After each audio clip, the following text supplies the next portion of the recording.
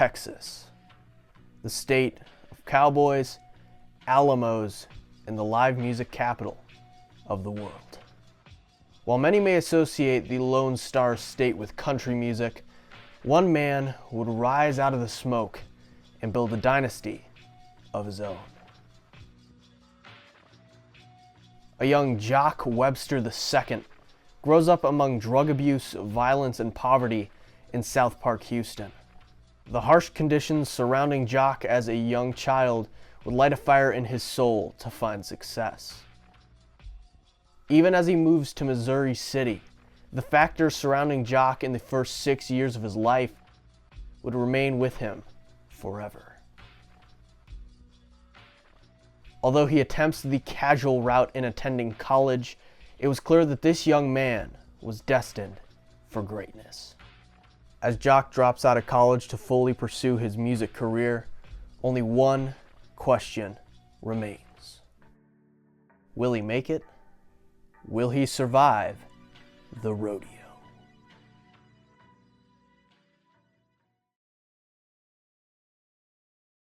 Travis Scott is likely one of the most famous artists out there today. His story is pretty fascinating, from humble roots in Houston to running his own damn festival every year in Astroworld. But as Travis continues to work on his upcoming record, Utopia, let's revisit his first studio album, Rodeo. As I spoke on in the intro, Travis's ambition would be sparked from the harsh environment he grew up in. Up until the age of 6, Jock Webster II lived with his grandmother in South Park, Houston.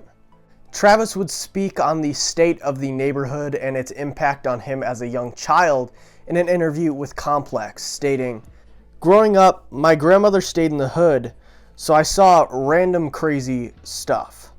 I saw mad bums and crazy spazzed out mother effers. I saw people looking weird, hungry, and grimy.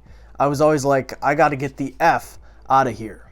It gave me my edge. It made me who I am right now."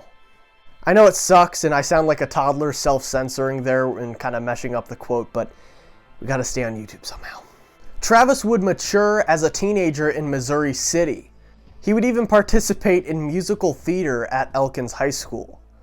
And it was in high school that Jock would start working on music, even being cited to say that he would sometimes skip class to go hang out and have a producing session with Mike Dean.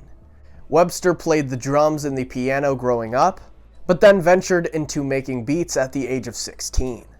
As he furthered his skills in producing and improved his lyricism, Jock adopts the name Travis Scott in high school. My uncle is named Travis. And Kid Cudi is like one of my favorite artists of all time, and his real name is Scott Miscuddy. And my uncle's friends call him Scott too, so it kind of like worked out like that. So it was like my two superheroes. Early on in his musical tenure, Travis would form groups and even put out records with his friends. Travis would form the Graduates and later the Classmates, all in all releasing 3 records in total with the 2 groups. Although he was excelling musically at a very rapid pace, Travis's parents would not support his dream. Travis is pressured into going to college, yet drops out of UTSA to pursue what he believes to be his destiny. As Travis's family cuts off ties with him, Travis would do a little bit of traveling before finding his way. First moving to New York, as he stayed with friend Mike Wax and worked in Just Blaze's studio. Travis would actually go on to despise New York at this point in his life just due to his very slow progression as an artist.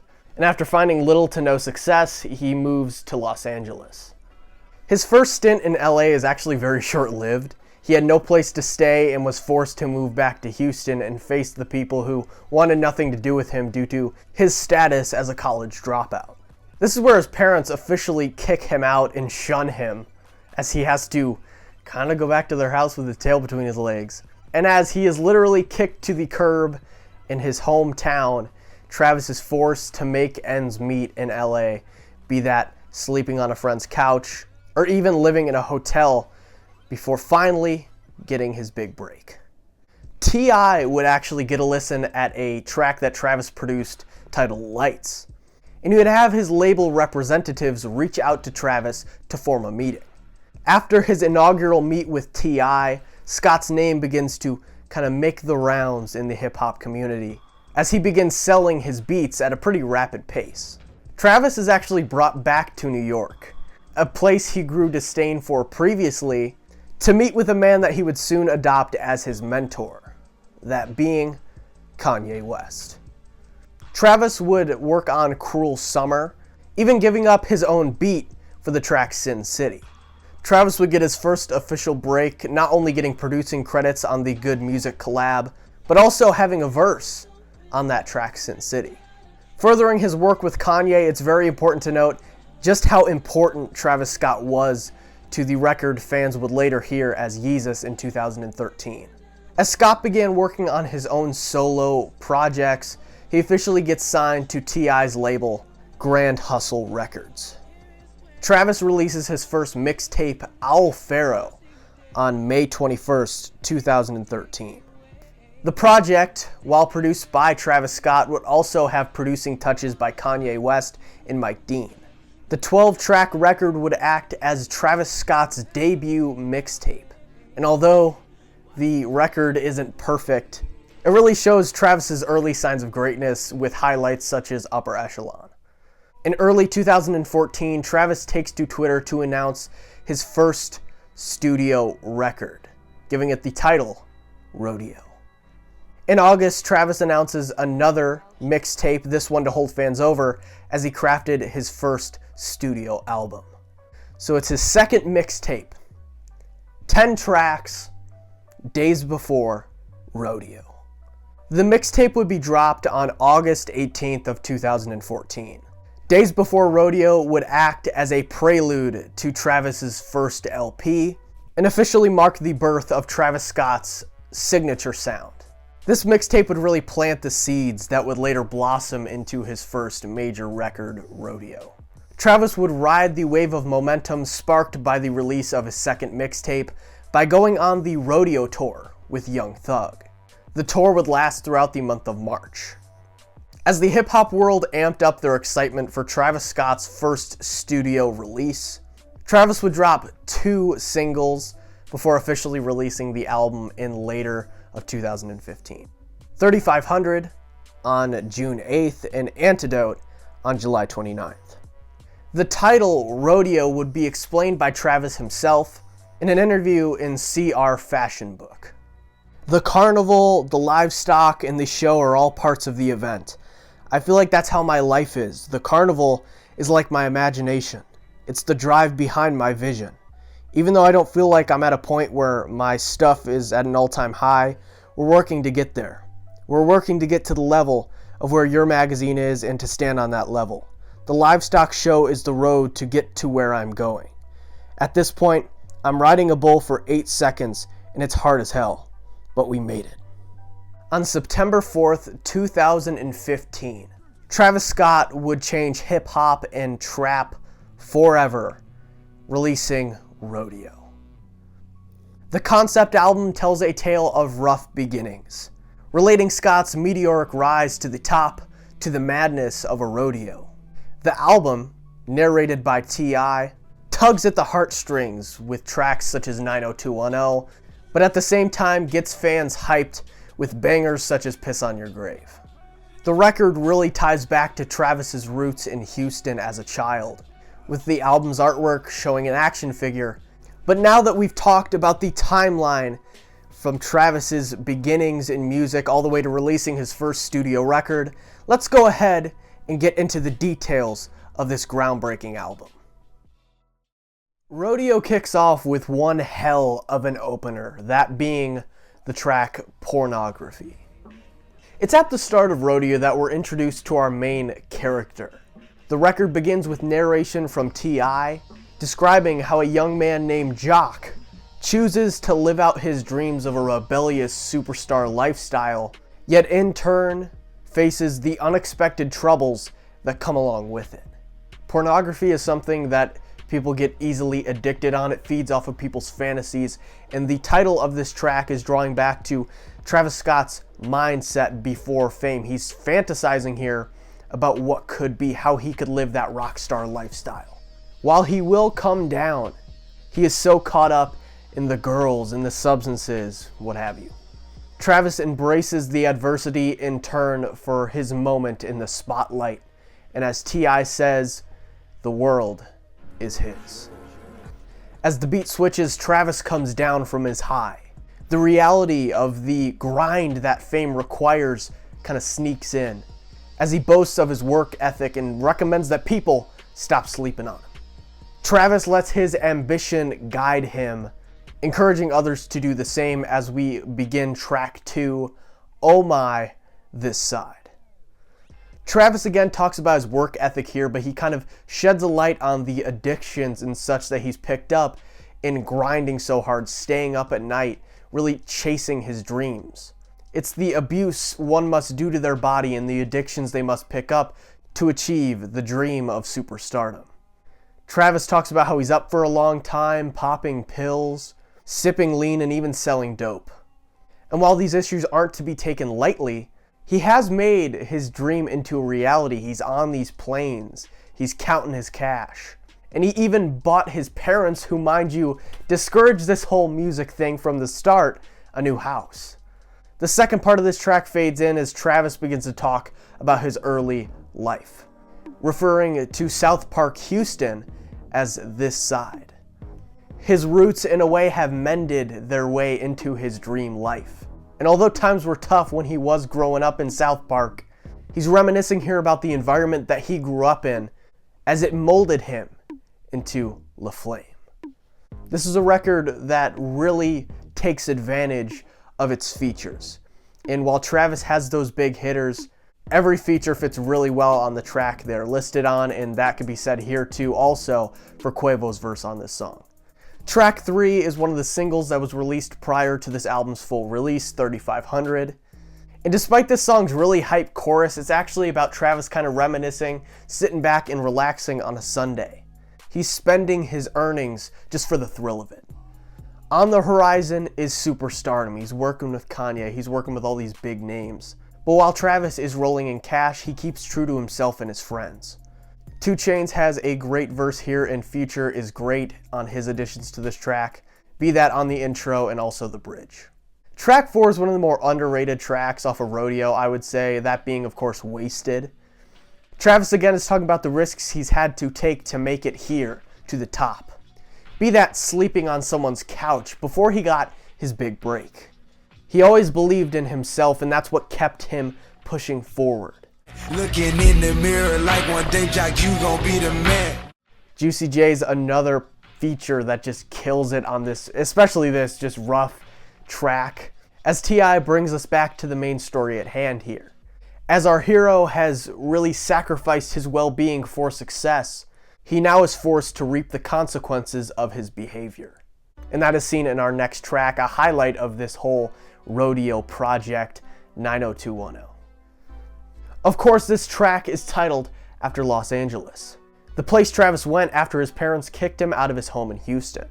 However, this track also speaks about a girl that Travis is seeing as a love interest. She's a porn star, but she's also deep in drug addiction. The chorus, performed beautifully by Casey Hill, acts as a double entendre. While this girl is falling deeper into selling her body and prostitution in order to fulfill her drug addiction, Travis is really lonely after moving from Houston. As he travels around the city, he runs into this woman in an alley, and they both end up getting exactly what they desire. As Travis pays for her services and gets numb off of sex, she gets money to get numb off of popping pills. As the tempo of the song changes, it's clear that Travis's lifestyle has truly caught up to him. Travis reflects about his family back in Houston. As his family now supports him when the hard times are in the past, he has a reluctance to forgive them. He copes with the struggle of being a family man when he has this newfound superstardom. As he supports those who never supported his dream, Travis has made that dream a reality. He's living the life he's always wanted to live. And he realizes that the drugs he's consuming could just as easily end his career as they did spark it. He attempts to make it out of the 90210 alive on track 6, Pray for Love. Travis teams up with The Weeknd here to describe his premonition.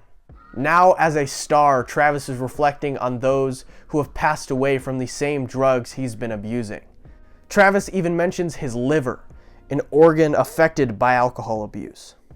As we see Travis kind of face all these new issues that come with being a star, another interesting factor comes into play here that comes along with fame and fortune, and that's the lack of true love. The Weeknd absolutely personifies that conflict in the chorus, inspired by the Four Tops track, Ask the Lonely. Just ask the lonely. Just ask the lonely. In the midst of this self-intervention, Travis takes us back to his roots. Let me tell the lost tell about Jock. Let me tell you how I turned Scott. Caught up in the limelight, Travis is now struggling after finally achieving his destiny of fame. Track 7 is Nightcrawler. After having his eyes open to the demons that come along with this new lifestyle he's living, Travis regresses in order to cope with the harsh reality he's been exposed to. Sway Lee paints a perfect picture into this scene with the intro, referring to parties and the time of your life. In the night, Travis is partaking in meaningless sex, reckless spending, and drinking. As Chief Keef has a verse personifying Travis's position in living a reckless lifestyle, it becomes apparent that deep down, Travis is trying to crawl away from the hole that he's dug himself into. But just as every action has a reaction, every high has a low, Travis eventually comes down and has to face reality. And in track 8, rather than drowning in drug abuse or reckless spending and drinking, his anger is released on the track Piss on Your Grave. In order to personify this rage, Travis teams up with Kanye West to mirror the sounds heard on Ye's 2013 release, Yeezus. While Travis is living high, he's doing fine cash-wise now, he's partying, having all these girls, he isn't exactly on par in terms of fortune as like corporate suits and people who gain their money through business deals and, go to work every day at a corporate office. As an outcast, himself and Kanye show their hatred for those who want to keep rebels like themselves from success by stating that they want to piss on their grave. Travis, on his verse midway through the song, even mentions his arrest from inciting a riot at Lollapalooza to really show his rebellious side. The rage that Travis is known for today in live performances, it's really born on this track. This is just a song with amazing energy, a mentor and his student, going crazy on a really abstract track with distorted guitar and rough drums. Me and the flame, is you not entertained? Track 9 is the second single released before the album's official drop, Antidote. This track really personifies Travis's newfound success, with this being like his first big hit. And while Travis is boastful like before, talking about being in clubs and being with other men's girls, the vibe's a little bit off. If we take a closer look while Travis is describing this night show scene, we actually see that Scott is really trapped in a hellish lifestyle that really he's put himself in. Trapped in a scary existence of pills and drugs, feeling as if that's all he knows. He's stuck in this crazy world that he's constructed himself. Don't open the window. Don't go through the front door. Don't break the illusion. Travis once again is trying to talk himself into the idea that this substance abuse is just part of the grind. It's part of the norm as a star. And he returns to the night show. Balancing fame, addiction, and substance abuse, Travis comes to terms with the fact that he's just human on track 10, Impossible.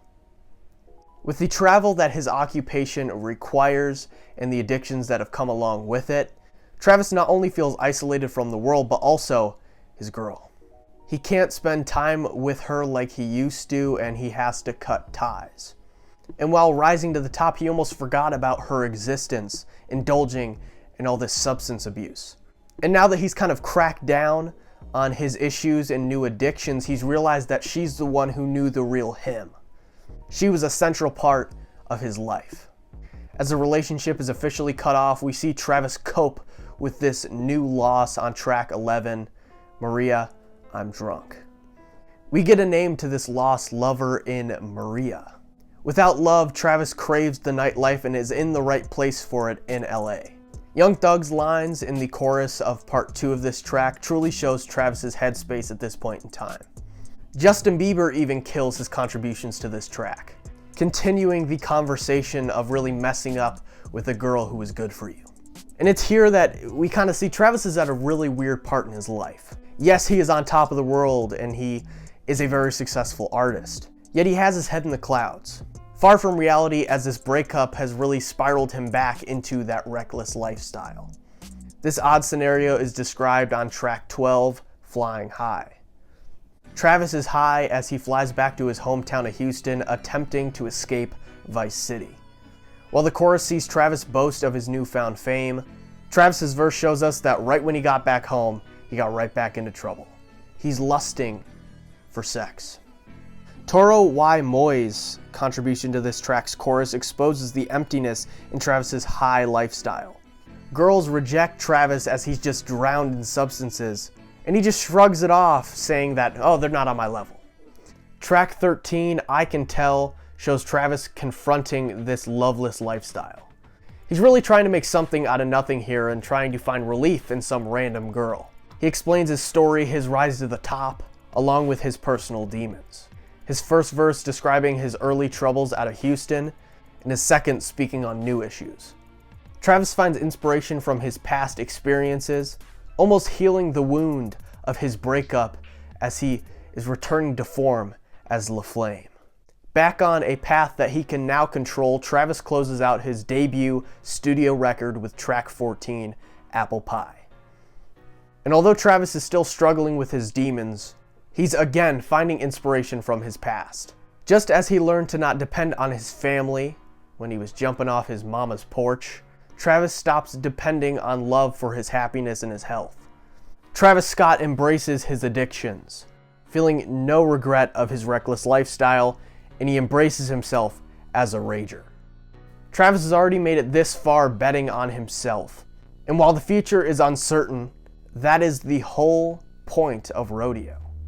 As his new lifestyle pulls him in various different directions, LaFlame struggles to stay on the frantic bull. Will the young Houston native make it? Was the fame he has found worth it? Did he win in achieving his dream? Will he survive the rodeo?